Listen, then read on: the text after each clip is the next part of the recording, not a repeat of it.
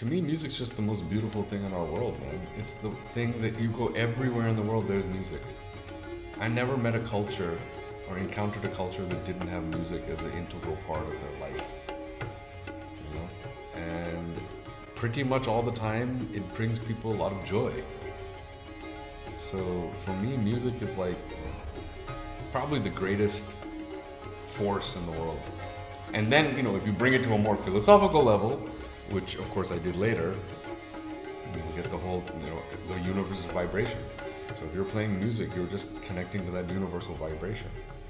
So it's very profound stuff.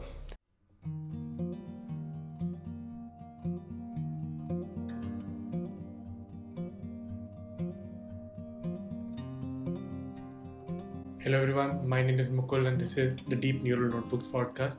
This is the 6th episode of the podcast, and once again we'll be stepping out of computer science and data science into the realms of philosophy and the art of living. Even though this podcast started out as a computer science podcast, I have time and again interviewed people from different fields, people whom I admire, people with deep wisdom and insights that I want to draw out through these conversations, learn from them and share it through the podcast. So this time I interview Professor, Sitarist, Composer and author Srinivas Reddy. Srinivas sir is a guest professor of South and Southeast Asian Studies at IIT Gandhinagar and a visiting assistant professor of Religious Studies and Contemplative Studies at the Brown University.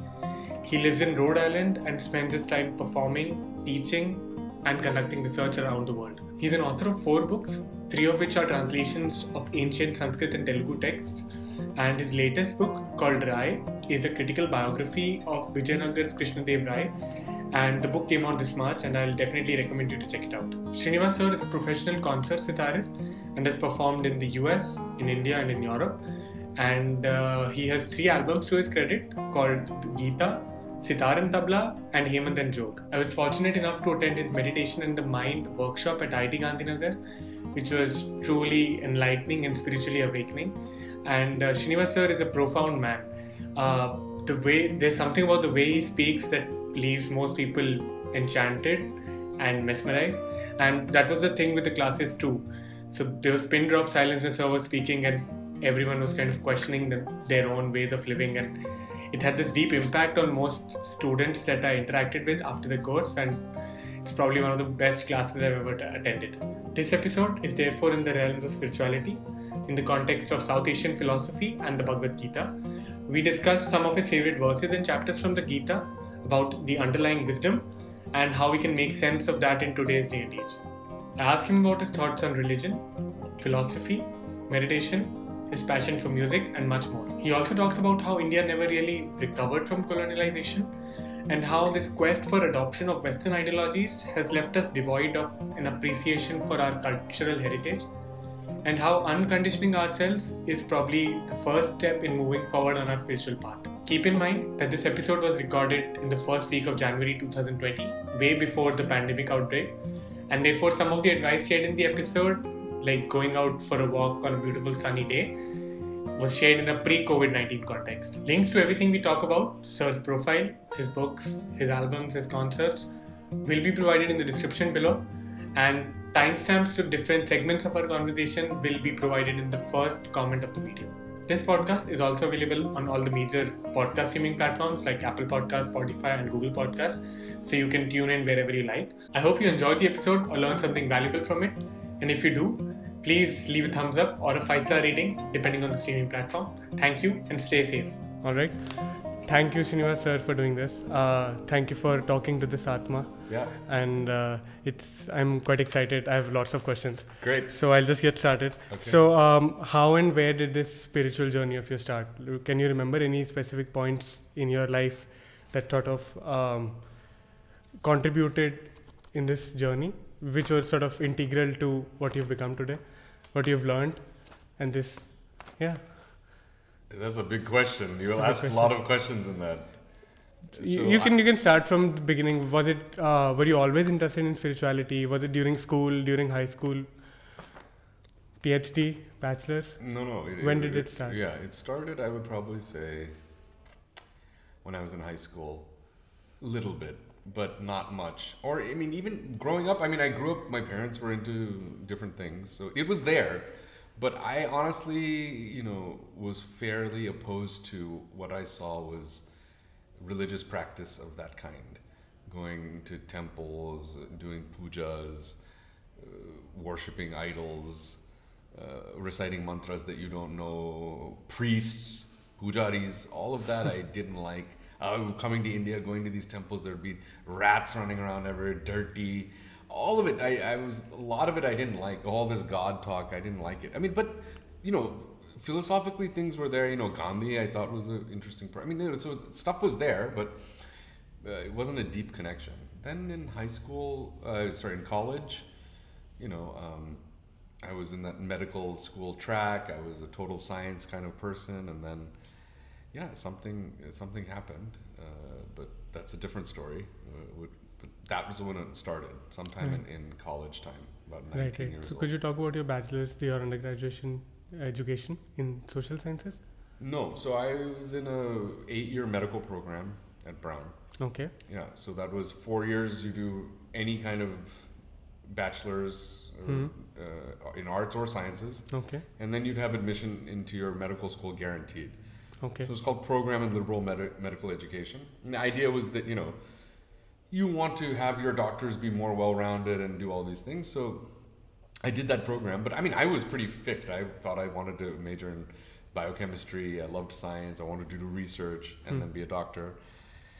And then this stuff happened, and then my grandfather came once, that one summer, and said, why don't you learn some Sanskrit, and I'm going to teach Bhagavad Gita. So my mom and my sister and then my dad, also all of us, my grandfather taught every day like 1, 2, 3 shlokas. In the US? Yeah, in Bhagavad Gita. And then even then I was just, again, getting some exposure, but that was kind of the beginning of it all. Then after that summer, then I found out there was a Sanskrit teacher at Brown. So I went to him, and that was amazing. And the real amazing part was that the pedagogy was totally different.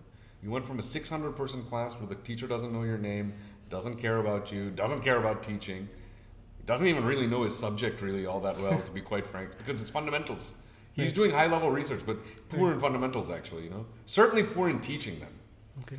And then I went to the Sanskrit. There were 4 people. We used to sit around at a table, 8 a.m. in the morning, and it was fantastic, man. I loved that teacher, and I fell in love with Sanskrit literature. Right. So how was your PhD? It was on similar subjects, I believe? Yeah, but PhD came much later. I mean, then I went and did music for 5 years and worked for 5 years, and then PhD came much later. But yeah, PhD was in South Asian Studies. I started in the Sanskrit track at Berkeley, but then I met my real advisor, George Hart, who's a master of Tamil. So then I went into the more Tamil track. Master of Tamil? Yeah. Mr. George Hart? Professor George Hart. Okay. Dr. George Hart. Dr. George. Yeah. I knew. He might have Padma Shri George Hart. Okay. Mahanubhavud, man. Right. Oh my He's God. your mentor then? Oh, yes. Great human being. Right. And when did music start coming into the picture? Music was there from the beginning. So I was a guitar player all through high school. Played in all sorts of rock bands and had a lot of fun. And did that for most of college also. But then when this new kind of direction was going, and then India happened, and when that was a big turning point, was study abroad, going to India. But towards the end of college, that was my 20th birthday, my mom said, what do you want? And kind of on a whim, I said, oh, it would be cool to play sitar. And then she got me a sitar. But I was very strict that I did not want to get involved with sitar unless I had a teacher to teach me properly what this instrument is.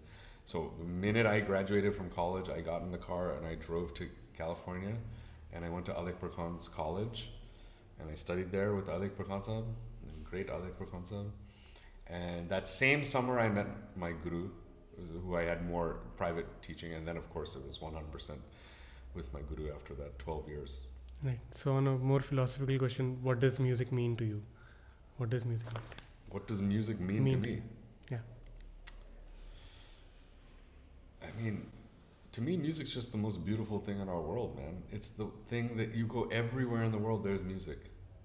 I never met a culture or encountered a culture that didn't have music as an integral part of their life, you know? And pretty much all the time, it brings people a lot of joy. So for me, music is like probably the greatest force in the world. And then, you know, if you bring it to a more philosophical level, which of course I did later, you will get the whole, you know, the universe of vibration.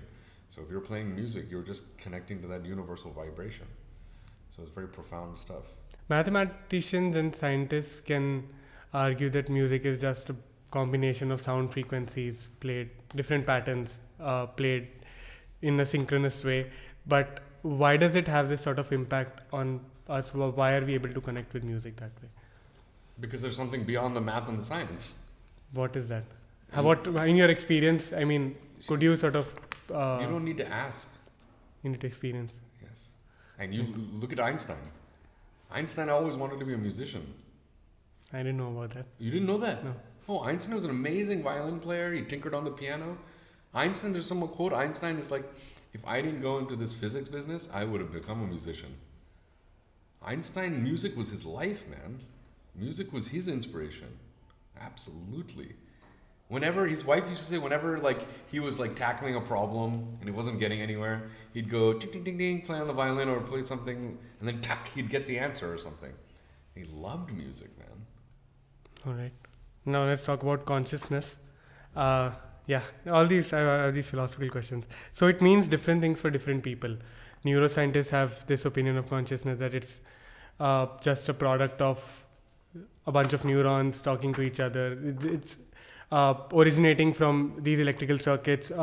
Gita says something else. Krishna says that I am pure consciousness, I am the universal consciousness. Buddhism has their own view. But how do you perceive consciousness? What is consciousness for you? I mean, for me, I probably would say I'm more on Krishna's idea. I mean, I believe the whole world is nothing but consciousness. The whole universe is nothing but consciousness. Okay. That's what that Mahavakya says, right? Prajnanam Brahma. Interpretation? The universe is consciousness, is pure consciousness. How can we connect to that consciousness? You're part of the universe. There's nothing to connect. You just have to realize that you're already there. How does that realization come about? How can people work on that? Get rid of your phone. Disconnect from all of this stuff. Sit in nature quietly. All the answers are right there. Do you think the answer to consciousness, does it lie in the realms of science or religion or spirituality? There's no answer. There's no question going on. I mean, you're creating a question unnecessarily. What question are you asking? How can we figure out what consciousness is? How? There's nothing to figure out. That's what I'm saying. You've created something to figure out, and then you get stuck in that. When you remove the thing that there's nothing to figure out, then there's nothing to figure out. All right. You've created a problem for yourself, and then you've made a world of trying to figure out that problem. Simple solution, remove the problem that you yourself created. Then there's nothing to do. Probably I need a way to think about it, to absorb it. We've been used to this sort of, we've been used to thinking about things and trying to believe them and trying to understand what they are to be able to experience it. I mean, that's how we've been trained, I believe. Right, exactly. So that's the whole point. We need to decondition all of this pretty much false training that we have. I mean, the idea that you have to understand something to experience it. When you have a beautiful meal, do you need to know how that guy cooked it or even what ingredients he used to make it? You taste that thing and it's wonderful. That's it, finished. Science and all this stuff right now in the modality that it's moving, he'll go, oh, let's find out what ingredient he put, what was the methodology, why does it taste this way? How did he arrive at that taste? That's all fine. I'm not saying that kind of inquiry is wonderful, and that kind of inquiry happened in India. We have a lot of scientific kind of inquiry, no doubt about that. But that's that. Let's remember that you're here to eat some food and enjoy the pleasure of that food. Don't get lost. Don't miss out on the pleasure of that food with your mind thinking about how he prepared it. That's the whole problem. That's the whole problem with life right now. We don't live life. We're busy thinking what life should be. Right. John Lennon said, great quote, and I love that quote, John Lennon. Life is what happens when you're busy making other plans. Right. Even Sadhguru says people waste too much time thinking about life and rather than actually living it, experiencing it. Exactly. Right. So this your class, Mind in the Meditation. Meditation in the Mind. It had this profound impact on me, and the way, don't judge me on this, but the way I perceived books like the Gita, the Bible, all these religious books, I thought of them as being stories written by a bunch of people who wanted to promote what they felt, to promote their gods, what they felt was the true power. But they are. But after the class, I started to, I probably don't care now what they try to do. I just have this sort of appreciation for the plurality of ideas that's out there. There it is. And that is what they're telling you. Right, to sort of question everything, like you say, and who cares what they sort of wanted to say, who they wanted us to believe in, but in a way what they've given us is like this plurality of ideas, which we can pick anything that sort of works for us, anything that makes us feel better in some way. That's it. And that's it. It worked. I mean, the class, it was beautiful. Great. But what do you think is the role of religion in our lives? Religion, I mean, you have to define what is religion. The whole point, I mean, you see,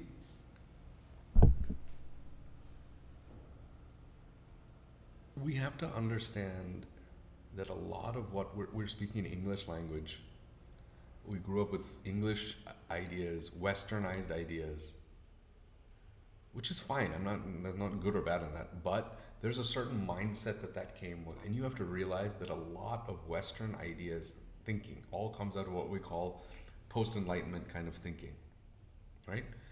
And then you have to look at the history of that Western context. You know, they had a very serious, powerful church that was controlling a lot of things, and these guys were breaking away from that. And so there was this antagonism to what they felt religion was, as in the Pope and the church and all of these things, right? And there was a kind of like distancing from that religion. And you get into, later developments, and you come to a place like America where they're like, church and state are two separate things. Religion and governments and public life are totally separate. You can, believe anything you want at home, but don't bring it into the schools, don't bring it into the government, don't bring it into the workplace, right? It's a complete bifurcation, right? So, for me, that's part of the problem that we're having right now, is that ethics and morality, which were kind of included in that world of religion, just become this thing that people aren't really that interested in. It's not something we teach at all. Because what would that mean? That would mean we'd have to make a decision about what is a good ethic to teach, a good moral to teach. And that, like you said, would go against the principle of saying, multiple things are okay. Right? So it becomes very difficult in that kind of construct to decide, like, what am I going to teach? Am I going to teach Christianity to every kid in America? Or am I going to teach Hinduism to every kid in America? What's the most scary right now is they want to teach Buddhism to every kid in America, but they call it mindfulness. So there's this, now in the world right now, especially in America, in the Western world, you ask someone, are you religious? No, I'm not religious. I don't get into that God. I'm not religious. I don't have any church. I'm not religious. I'm spiritual. Matlab kya? Spiritual means you're hungry for that ethical, moral, teaching. You're hungry for a teaching that's giving you a holistic picture of your life. You're hungry for that. But you have this historical antagonism to things like religion. So what happened? We can't bring back Christianity, like in a Western context, like in America, which is a heavily Christian country. You can't bring back Christianity because we already kicked Christianity out of church. So what we can do is we can take beautiful Buddhism, foreign religion, then say that Buddhism, because from my perspective, is not even a religion. It doesn't have a God. It doesn't have all this stuff. Buddhism is a science, and therefore it is universal. And therefore now I can bring in all of that Buddhist stuff with a new name called mindfulness, and I can teach it to everybody. Because that's serving a need for that community is spiritually, devoid. And so they need to fill that spiritual thirst. How do they do it?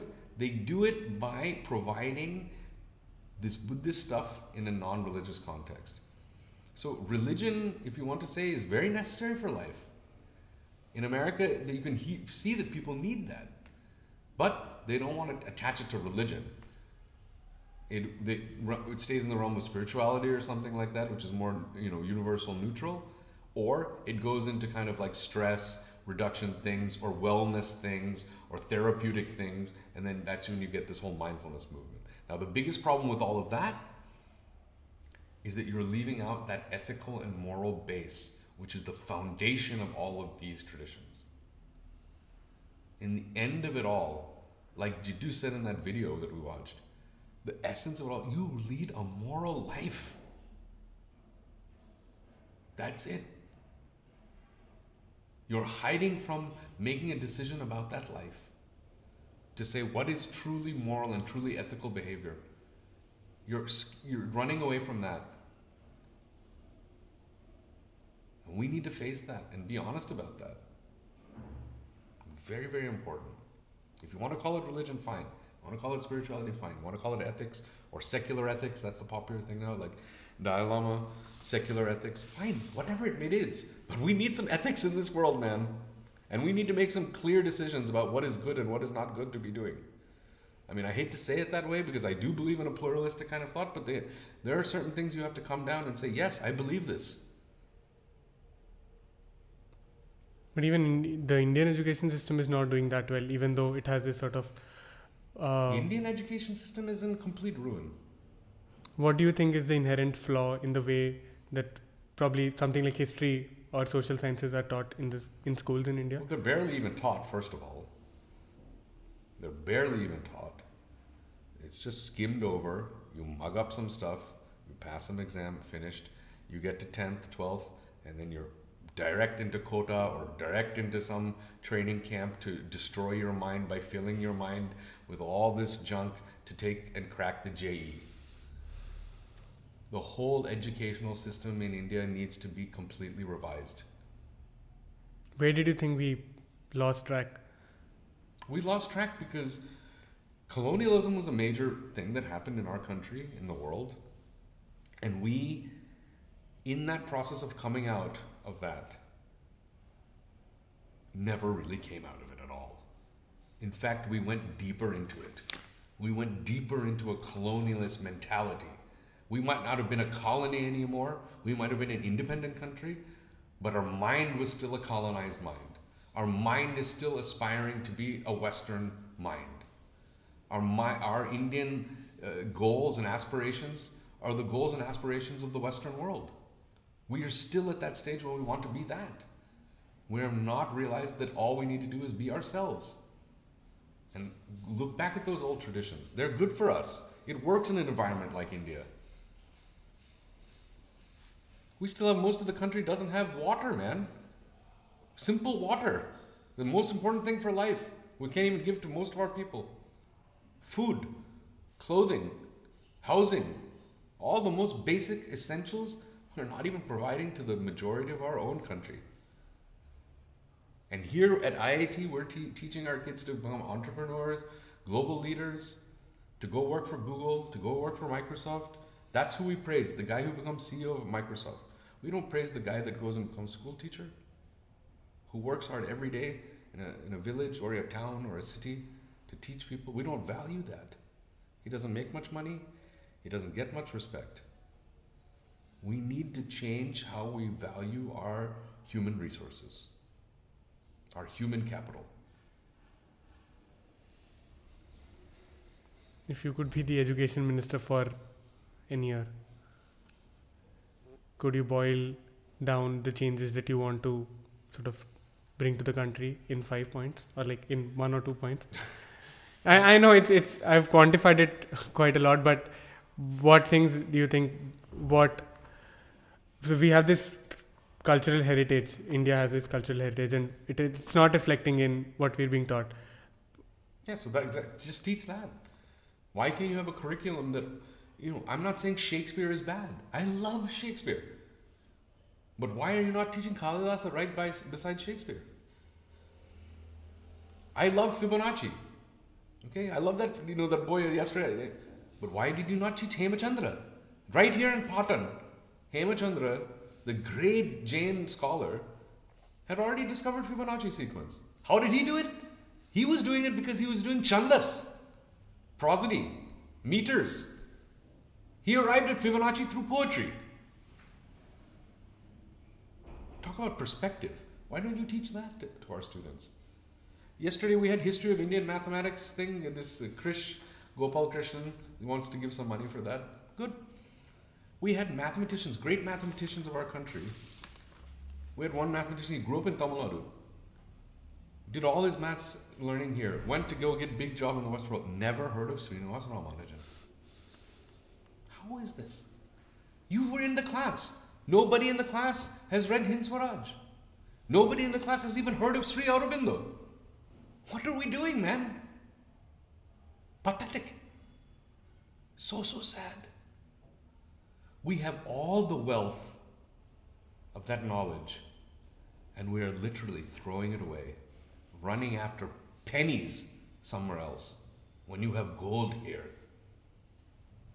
And those guys, if you want to say, the Western scholars, who like George Hart, who I'm saying is that man, what a great man, dedicated his life to Tamil literature, man. He translated the 2 greatest collections of old Sangam poetry ever. What a contribution. What a dedication. Purananuru, Ahananuru, finished George Hart. The Tamil conference I went, everybody was touching George's feet. Now, it doesn't matter that he's white or this or that. It means he loved that thing. Why can't our people also love our own things? We need an Indian George Hart. We had them. They were all there. If you could bring one of them to life, who would it be? My idol was A.K. Ramanujan.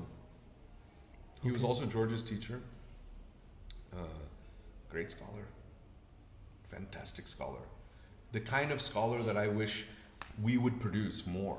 A scholar who could speak the language in which all of this literature and culture developed, very rooted sense of that, and who could also engage with the modern scholarship that's going on and talk about linguistics and all this, theoretical things. We need both of that. We need that conversation to be happening. Right. So you're quite fond of the Gita, the contradictions, the nuances. Which would you say is your favorite verse from the Gita? Is there a favorite verse? Sometimes it's like whatever verse I happen to read at that time just becomes like my favorite one. It's like this, they call Hinduism like henotheism, right? It's not monotheism, it's not pantheism. Henotheism means something else. Henotheism means... What does heno mean? Yeah, it means... I forget the exact meaning in Greek, but what henotheism means is whatever God you happen to be praying that day, that's the ultimate God. So if you're doing some Agni Puja, Agni is it, man. If you're doing Vishnu Puja, Vishnu is it. Anybody can be it. It's just about context based. So I'm reading Gita. If I'm reading chapter 6 like we were reading the other day, oh man, chapter 6 is the best chapter, fantastic chapter. I'll think like that, right? And then I'll go to chapter 2. Oh, this is really the best one. This is it. Same thing with Rag. When you're learning, you're learning, like I'm on Kamaj right now. It's just like a complete absorption. It's like Kamaj is best Rag ever, right? Then next day it'll be some other Rag. I mean, that's a classic thing people always come and say, sir, what's your favorite Raga? My favorite Raga is whatever Raga I happen to be playing right now. Same thing, Gita, whatever I happen to be reading right now. But if I had to give it, I told you in class also, essence of the Gita is in 247. Everyone should memorize 247. That's the real heart of the Gita to me. So can you read it out? Karmanyevadhikaraste ma paleshu kadachana ma karma palahe turbur ma to sangostva karmani. Essence of the Gita is in that verse completely. 4 parts. Should I tell you everything? Please. Karmani eva adhikarate. Your jurisdiction, your control is over your actions. First point. Second point. Mahapaleshu kadachana. So that jurisdiction ends with that action. You have no jurisdiction. You have no control over the phal, of the result, the fruit of that action. Okay? So 2 points in the first line. You have control over your actions, but not over what happens after that in the results of those actions. Okay? Ma karma phala hetu. So don't act, never do any action with some kind of result or some kind of end as your motivation, as your hetu, as the cause of that thing, as the cause of that action. Means like for vidyarthis like yourself, never take the test or never go to class to get A grade or B grade. You're not there to get grades. You're there to get education. Your karma is about education, not about grades. Grades are a phala of education. Keep mind focused on education. That's the karma. Learn something. What the grade you get may be different. Maybe the curve goes this way one day. Maybe the curve goes that way one day. Who cares? Learning is the key thing. Right? And then, for those clever fellows that say, okay, sir said like that, then best thing, I won't do anything at all. Huh? That would be a good solution. I won't do anything. Right. But there's no way you can do that. Life is doing something. He says in that last part, don't get any kind of attachment to inaction. Akarmani. That last line is akarmani. So, which would be your favorite chapter from the Gita? Again, I mean, it changes from day to day. Like 6, I hadn't read 6 in a long time. And because we were doing meditation class, I was like, let me look at 6 again. But beautiful. What does it talk about? 6 is more about dhyana, and all that stuff. And it actually talks about certain practices that you can do. So in a way, it has like a practical component. That's also nice.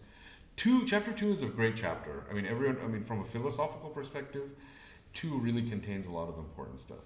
But like I said, there's just multiple levels that you can understand this. So there's nothing like good, best, or anything like that. Just go on reading it, man. All these layers of meaning start coming the more and more you read. This is what abhyasa means. Going on. I still practice the same thing I learned from my guru on my first day. What is it? Saregama padanisa sanidapa magaresa. Whole life I will do that thing. Pablo Casals, the great cello player, said the exact same thing. He said, I just basically practice the scales I learned in my first lesson every day. That's it. You see that kind of genius, man. Those guys, that means something. There's a profundity in that. It sounds so simple. It sounds almost kind of silly, but it's so true. And when you go into the depth of that reality, and when you do that hard practice, when you do that abhyasa, then you get these realizations. Unless you do it, you don't have that realization. That is why guru is important. Guru is nothing but someone who already walked that path, who already did that thing. So they have come to that realization through their hard work. So you are following the guru because guru said, I did this, man. I know what is going to come at the end of this if you do it. And, there's some difficulties that come on the way. I will help you through those, guide you in whatever way I can. But at the end of the day, you have to put in the hard work. You do the hard work, you get the result. That's it. It's inevitable. I think people are drawn to Vivaad more than Samvaad. I read about it. Vivaad is 2 people arguing. Yeah. And trying to find the objective truth, trying to say that this is right and this is wrong. But Samvaad is sort of that collective, holistic, in a way agreeing to multiple realities, understanding the opinion of the other person. So I wouldn't put those as an oppositional thing. Okay. I would say those things need to be together only. Right? Okay, the 2 of us we're discussing some subject. Vivaad matlab discussion only. Conversation. Back and forth. Right? So like that, I'm understanding a little bit of your perspective, you're understanding that beautiful kind of conversation. Not, I'm proving my point, and you're proving your point, and we're battling. That's not what it's about. You have to learn from each other. You have to open up your perspectives of your fellow companion. And through that process, you reach Samvaad. In music, we have Samvaad also. Same thing. All lessons of philosophy come from music for me. And honestly, all lessons of music come from cooking. My guru taught me so much music in the kitchen. I can't even tell you how many times I learned things in the kitchen. We used to cook. While he's cooking, he's explaining. Of course. No, he's just cooking. He's teaching me cooking, but he's teaching me music through cooking. How? I cannot understand. I mean, how does that happen? See, I remember my guru taught me, before the concert, there's a lot of nervous energy, not in a bad way, but the day before the day of the concert, you of course you do your riyaz and whatever. So the tradition for us was always cook a lunch together, have that lunch, and then that will be ready, like that dal chawal or mache jol will be ready when we come home from the concert, and we can eat nice food and sleep off. And that was the way we used to do it. So mache jol, fish, Bengali fish curry, right? So you have to make like a paste to do that. Okay, so then you have to put some dhania, you have to put some jeera. The marination. It's like not a marination. Okay. Then you put some turmeric and some lal mirch, whatever. You mix that thing. So he used to say that so we're doing that together and explaining them. On the day of the concert? On the day of the concert. Okay. And then we'll go for some riyaz. And he'll be teaching me a rag. What rag? Puriya Dhanashri. Okay. Right? Or Puriya Kalyan, as a better example. So what is Puriya Kalyan? Puriya Kalyan is a rag that has elements of Puriya Raga and also elements of Kalyan Ang Rag. So we talked. So he said, it's just like your mache jol. Some days you put a little extra dhania. Some days a little more jeera is coming. Like that, some days you play Puriya Kalyan, more Puriya is coming heavy. Some days Kalyan is coming heavy. Whatever it is, both jeera and dhania are there combining to create that mache jol. Same thing, that Puriya and that Kalyan are there creating that Puriya Kalyan rag. Same. Puriya and Kalyan are two styles of music? No, Puriya is one rag. Okay. Kalyan is, it's not a rag, but it's like a rag world. It's like a rag ang, what we call. But anyway, it's combining those two things makes the rag Puriya Kalyan. Same thing, jeera and dhania are two separate things. But you combine them in certain percentages to create your masala. That masala is that Puriya Kalyan. What I'm saying is all of this is metaphoric knowledge. All knowledge is same kind of stuff going on and on and on. So that Samvaad, coming back, Samvaad is something that happens in music. Like two notes are having a kind of relationship with each other. Right. And that creates a certain kind of harmony and balance in the rag. See, in music, Saregama, that's the Purvang. Padanisa, that's the Uttarang. In Western music, they call it tetrachords. Tetrachord, 4 notes, 4/4. Usually the Samvaad happens with one note over here and one over there. So it gives that balance. You need that. Just like in conversation, just like in ideas. You can't have just one perspective and say, I figured it out, boss. You need that other guy that says, did you look at it this way? And then you look a little this way. And then he comes back, and then you come back and say, yeah, but did you look at it that way? And then he comes back. So like that, you're always going like this. And knowledge is not some fixed thing. There's no essential answer that you come to. That's again another problem that we have with how the education developed. You take a test, there's a discrete answer. Life is not a discrete answer, man. Life is a process that you have to negotiate every minute by minute. Right? You spoke about this in the class, about how we've bipolarized everything. Completely. This is right and this is wrong. Yeah. But we probably need to appreciate the gray that's there in the middle. Complexity of it all, yeah. Right. And that black and white are moving together. Right and wrong are all mixing together. Right. Sir, are you optimistic about... I know you're not optimistic about technology. No, I am. You are? I'm optimistic. Technology is not good or bad again. Technology that actually improves the human life of our brothers and sisters is a good technology. Technology that creates elite people and leaves out a majority of other people is a bad technology. That's it. Technology is not the issue. It's the usage and the purpose of how that is implemented in our society that makes it either a positive or a negative thing, man. We have so much. We learned charkha yesterday, right? What a technology you saw there, right? Brilliant technology. Why is that not even considered technology? We don't even think that that's technology. We think that's some old stuff. That is some serious technology. And how much technological advancements happen in India? So much. We've forgotten those things. Look at our buildings. We had brilliant architectural design models in India using Indian materials for Indian climate. Today we're building all these big glass buildings, useless, not suited for us at all, taking up so much energy to AC those places.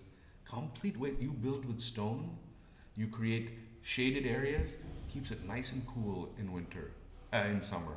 Beautiful technology, simple, fit for India. Indian solutions for Indian problems, boss. We are trying to take Western solutions and jam them into the Indian context. That's what's causing all our problems.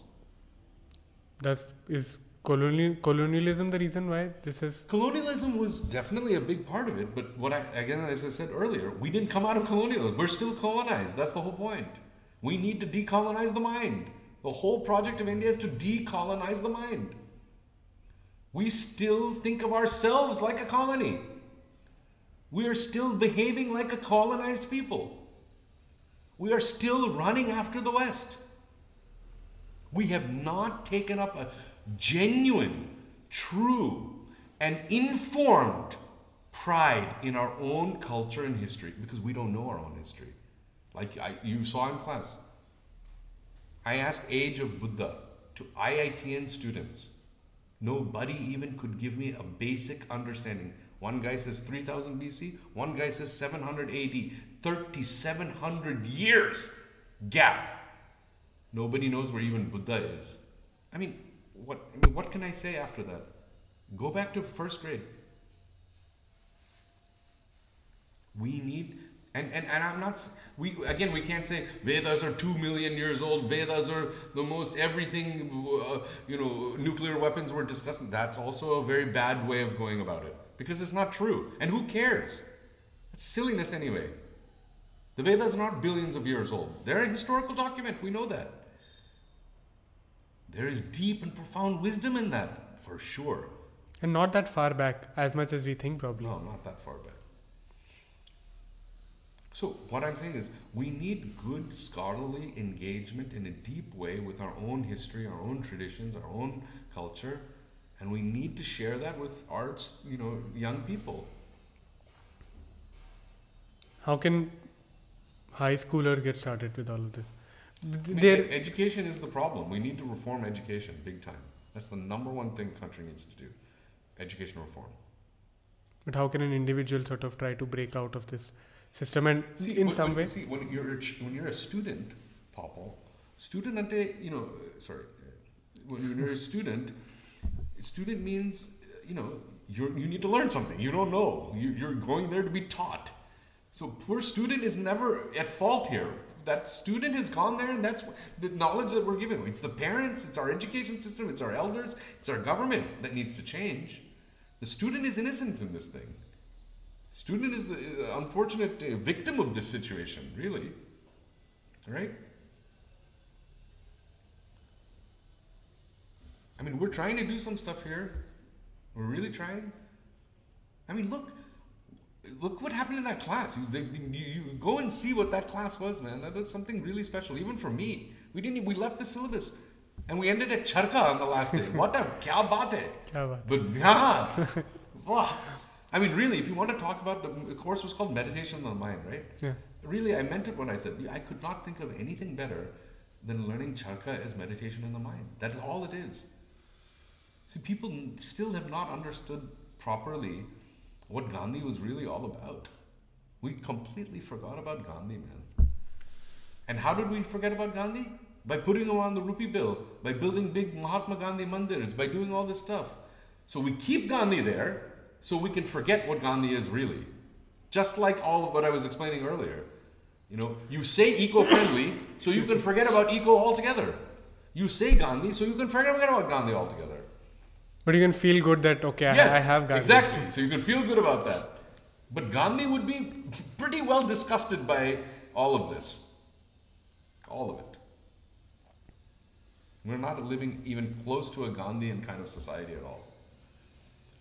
And I mean, I have to do more research myself, but certainly I would much prefer to move in a Gandhian way. Less technology, simple living, high thinking.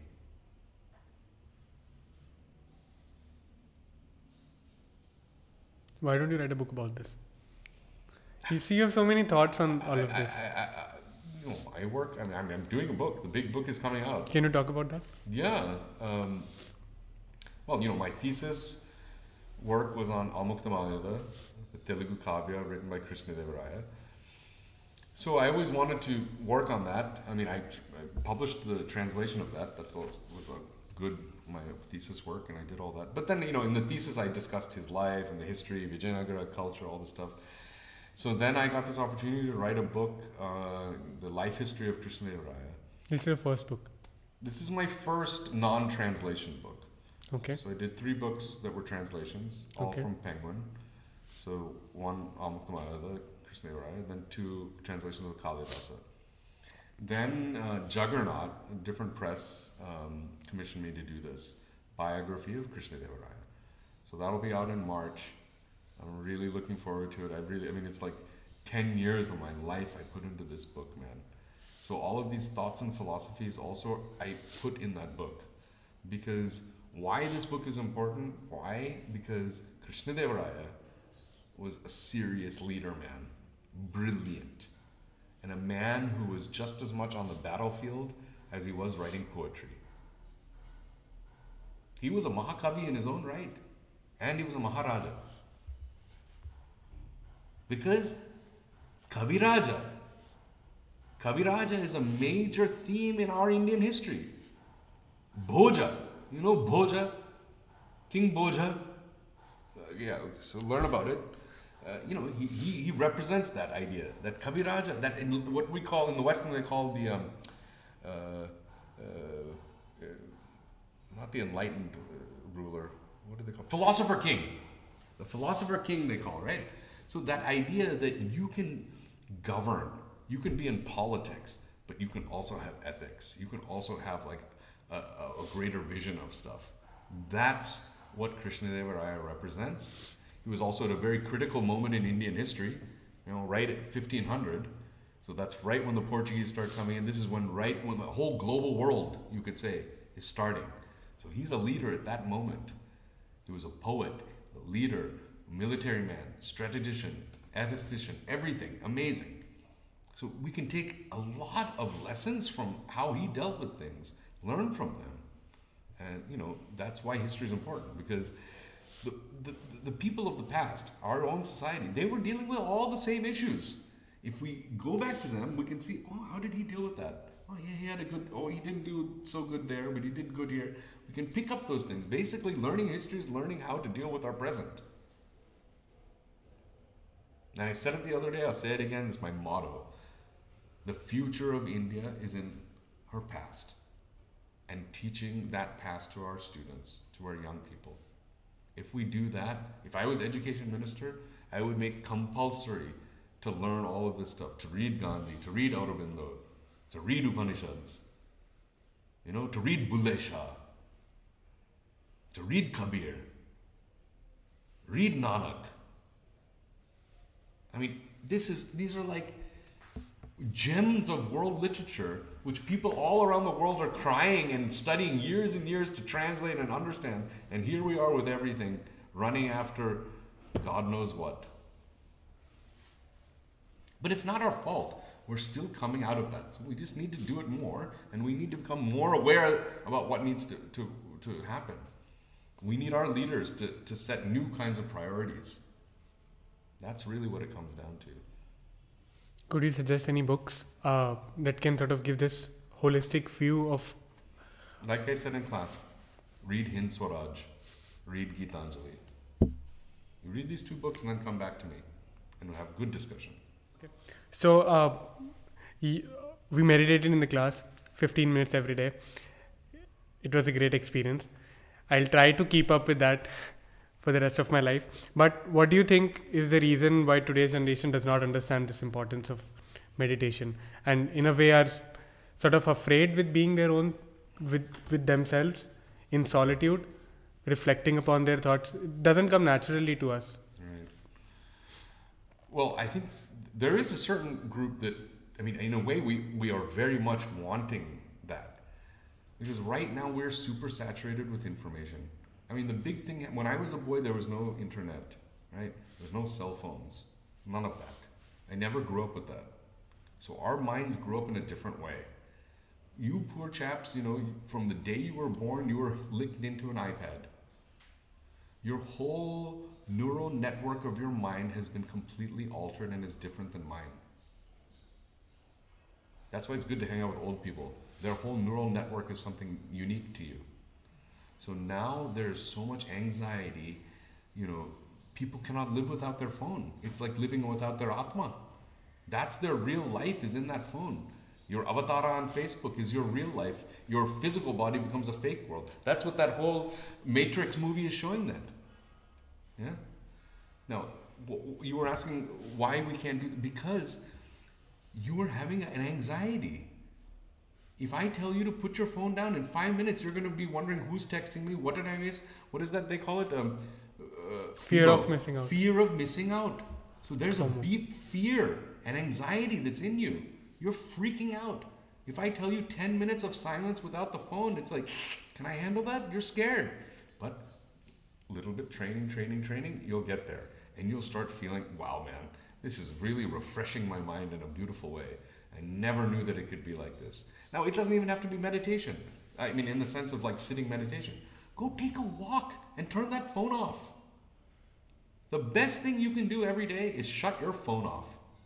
Remove technology, remove lights, spend time in nature, spend time in the sunlight, create vitamin D. Now we're running around buying vitamin D pills to ingest, costing so much money uselessly. All you need to do is 15-minute walk outside.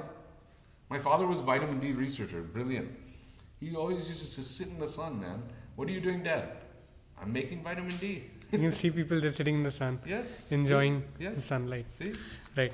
Sir, so on a closing note, any final advice? I know all of this is advice, but any key points that you'd like to reflect upon? That probably people who are starting out on their spiritual journeys, trying to understand different perspectives of life. This thing I do have something important to say. Right. There's a lot of this spiritual stuff going on, mindfulness, like I was talking about earlier. It's all good. I mean, you go and explore. But if you really want to go down a spiritual path, my number one recommendation is to find a teacher and go down one path deeply. You can start again. Just that's it. I said it. I'll try to uncondition, as you mentioned. Yes, unconditioned. Take walks in the park. Right. Solitude. Yeah, solitude. Right. Better to be alone than in bad company. Thank you so much, sir. Right, sir. Namaste. Namaste. Thank you. Jai Hind. Yeah, it's good.